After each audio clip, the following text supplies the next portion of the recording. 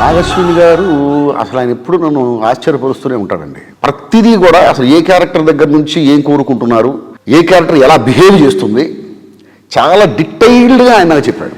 ఆ Ashwatthama character 8 feet ఉంటుంది, అది ఇమాజిన్ చేసుకొని రాయండి అని చాలా క్లియర్గా చెప్పాడు. నాకు అమితాబ్ గారికి రాసే అవకాశం ఇందులో ఎక్కువ ఉంది. ప్రతి డైలాగు ఆయన నోటి వెంట నుంచి వస్తూ ఉంటే గూస్ బంప్స్ వచ్చాయి నాకు నిజంగా.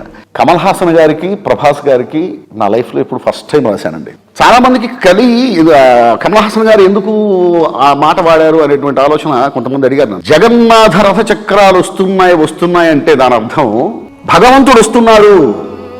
సుమతి అనే క్యారెక్టరే ఆ భగవంతుడిని మోసుకొస్తున్నటువంటి జగన్నాథ రథం. సో జగన్నాథ రథ చక్రాలు వస్తున్నాయి, నేను వెళ్ళి ఆ రథ చక్రాన్ని ఆపేస్తా, భూకంపం పుట్టిస్తా, భూమార్గం పట్టిస్తా అనేటువంటి సెన్స్లో ఆ క్యారెక్టర్ చెప్తుంది. భైరవాకి బుజ్జికి మధ్య ఒక అద్భుతమైనటువంటి ఒక్కరోజు ఈ రోజు జస్ట్ బి పాజిటివ్. కలియుగం అంటే ఏంటండి, స్వార్థం ఎక్కువగా ఉంటుంది అంతే. అయితే మార్పు అనేది వస్తుంది ఖచ్చితంగా రేపటి కోసం.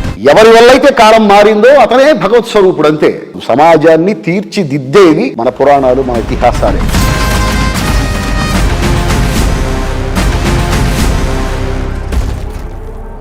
ప్రిపేర్ అయ్యి వచ్చాను.